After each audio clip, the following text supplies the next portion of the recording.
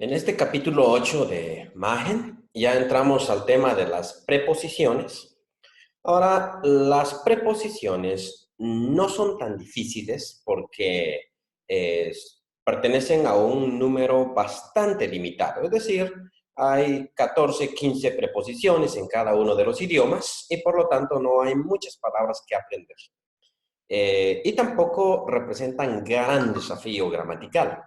Sin embargo, en todo idioma son muy difíciles de aprender.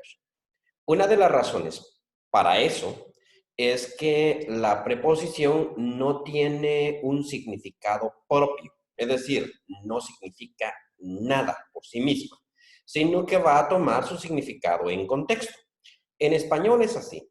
Por eso es que en español tenemos algunas preposiciones que tienen significados muy diferentes dependiendo del contexto donde estén ubicados. Para nosotros, los hispanohablantes, no es notorio porque estamos tan acostumbrados a ellas. Pero, por ejemplo, pensemos en la preposición bajo. Bajo podría significar, por ejemplo, bajo la mesa, un lugar, bajo la mesa, bajo la silla. O podría significar una condición bajo pena de muerte, por ejemplo. No puede hacer esto bajo pena de muerte y eso significa lo que le va a suceder en caso de que haga esto que estamos diciendo que no debe hacer. Entonces son significados muy diferentes. En griego existen varias preposiciones y estas preposiciones no tienen un significado propio, no tienen un significado específico, sino que van a agarrar el significado dependiendo de el caso con el que estén trabajando. Por ejemplo, tenemos preposiciones que son bien sencillas, como la preposición en, y en es bastante simple y sencilla porque siempre va con un solo caso, con el caso dativo. No aparece con otros casos. Entonces, el dativo más o menos sería el caso que nos va a señalar un estado o una condición que es inamovible. Y por eso en vamos a traducirlo al español como en. Vamos a simular que aquí tenemos un círculo y este es el espacio. Podríamos tener una casa, podríamos tener un árbol, una escuela, una iglesia, lo que ustedes quieran, cualquier dibujo. Pero tenemos un círculo como que es más universal. Entonces, en significa en dentro de el lugar. Aquí no hay mayor problema. El caso sería el caso dativo. El caso genitivo lo ubicaríamos aquí a la derecha del lugar, es decir, derecha, es decir, futuro también. Y el caso acusativo lo ubicaríamos a la izquierda, es decir, pasado, es decir, procedencia, de dónde viene. Entonces, por ejemplo, la preposición eis, que siempre va con acusativo, nunca con otro caso, eis significaría ese movimiento hacia, o sea, como que estoy entrando al lugar, eh, como que estoy ingresando. Por eso es que eis se va a traducir como a, hacia, para, en el sentido del futuro. Entonces, como cuando aparece en Hechos 2:38, bautícese cada uno de vosotros para, la preposición que aparece ahí es eis, que obviamente en buen español no se puede traducir bautícense a el perdón de los pecados o bautícense hacia el perdón de los pecados, sino traducimos bautizarnos para el perdón de los pecados.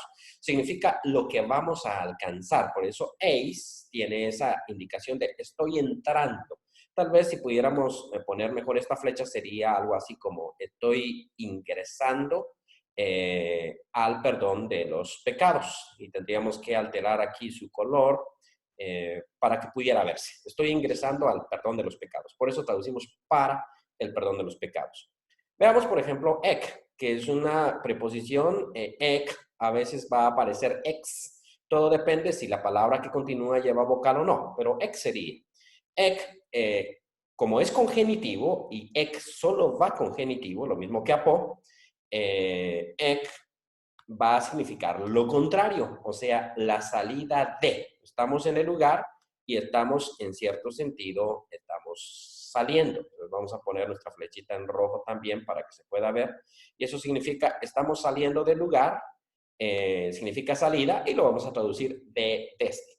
En el griego antiguo había una diferencia entre ek y apo, es decir, apo significaba una lejanía mayor, o sea, es como que ek está inmediatamente saliendo y como que apo ya está más lejos. Sin embargo, en el griego koiné, es decir, el que se usa en el Nuevo Testamento, a ek y apo se van a utilizar indistintamente.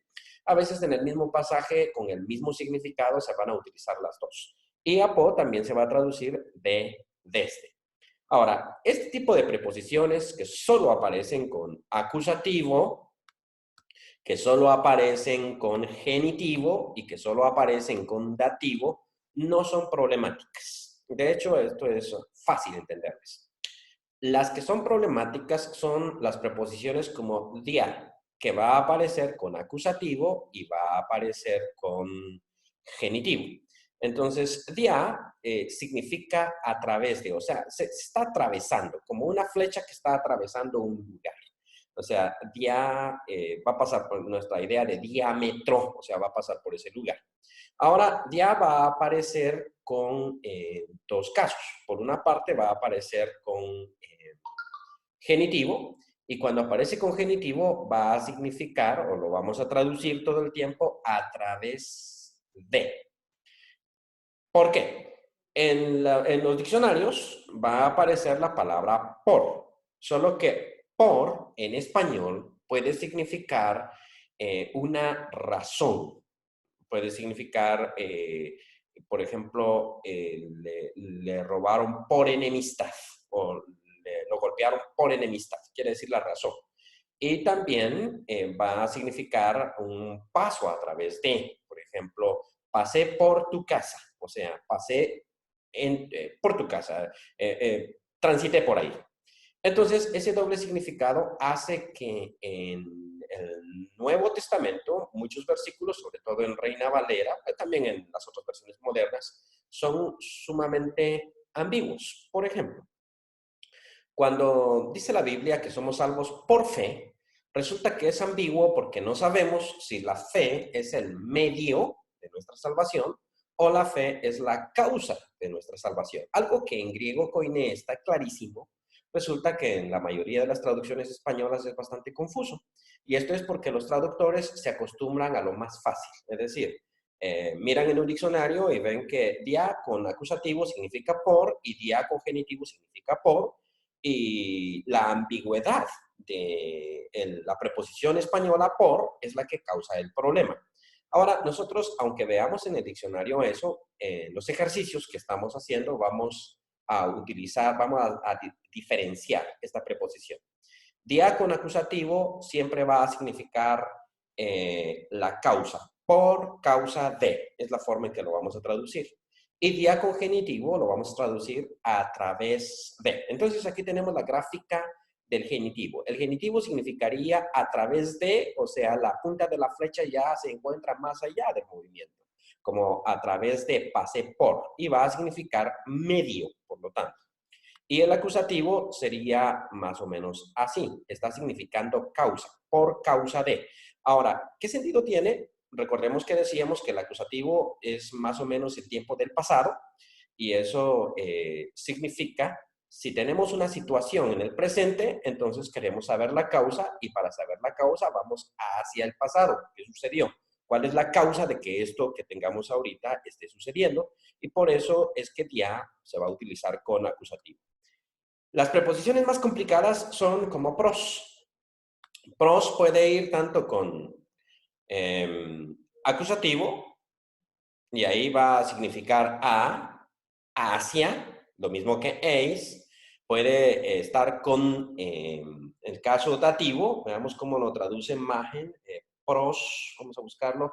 Pros dice preposición con genitivo, significa para. O sea, aquí estamos hablando de la razón o lo que estamos buscando, entonces ya lo ubicamos a la derecha, hacia el futuro, estamos mirando hacia el futuro. Con dativo significa en, o sea, ubicándonos aquí en el centro, en, cerca de, y con el acusativo va a significar a, hacia. O sea, es como que lo ubicamos en el pasado, entonces va a significar hacia cierto propósito, lo ubicamos en el futuro, o sea, en el genitivo, y entonces va a significar qué es lo que yo quiero conseguir, y si lo ubico en el dativo, entonces va a ser estabilidad y se va a ubicar en el centro. Ahora, no todas las preposiciones siguen estas mismas reglas lógicas, así que aquí es donde el estudiante tiene que trabajar mucho con la memoria. Y la memoria se complica realmente para aprender las preposiciones. Quiere decir que para pros yo tengo que aprenderme 3 significados y tengo que tenerlos bien claros en la memoria. ¿Qué significa cuando va con acusativo? ¿Qué significa cuando va con dativo? ¿Y qué significa cuando va con genitivo? Cada una de las posibles significados. Y a veces me van a aparecer como dos. En los vocabularios estoy limitando los significados, pero las gramáticas más complejas a veces dan 5 o 6 significados en cada uno de los casos. Casi todos los significados van a tener una misma relación, pero tengo que aprenderme entonces cada uno de los significados de las preposiciones. Unas van a ser muy sencillas, otras van a ser muy difíciles, y el estudiante tiene que remarcar eso bien en la memoria, porque es la única forma. Ahora, la buena noticia es que las preposiciones son pocas en todos los idiomas. Igual, son problemáticas en inglés, son problemáticas en español, son problemáticas en francés. En cualquier idioma que uno estudie, las preposiciones van a ser problemáticas, van a ser importantes, eso sí. Pero lo bueno es que su número es reducido. 14, 15 preposiciones van a haber en cada idioma, de las más comunes, obviamente. En griego vamos a conseguir como 35, pero la mayoría no se van a utilizar. Las que se utilizan son pocas. Y la buena noticia es que de las que se utilizan, algunas son equivalentes en nuestro idioma, como en, es equivalente, es fácil. Ek es equivalente porque tenemos muchas palabras griegas que dicen éxodo, por ejemplo, que es parte de jodos, es una palabra compuesta entre ek y jodos. Ek significa fuera de y jodos camino. Entonces, éxodos, claro, ya se pronuncia con X porque se dice ek con una palabra normal y ex cuando la siguiente palabra comienza con vocal, que es el caso de jodos. Entonces, éxodo quiere decir el camino de salida, y eso hace que nosotros podamos aprenderla fácil, y como solo se utilizan con un caso, su significado es bastante corto. Las que van a ser problemáticas no son muchas, son pocas, y aquí no hay otra forma más que la memoria para poderlas aprender bien.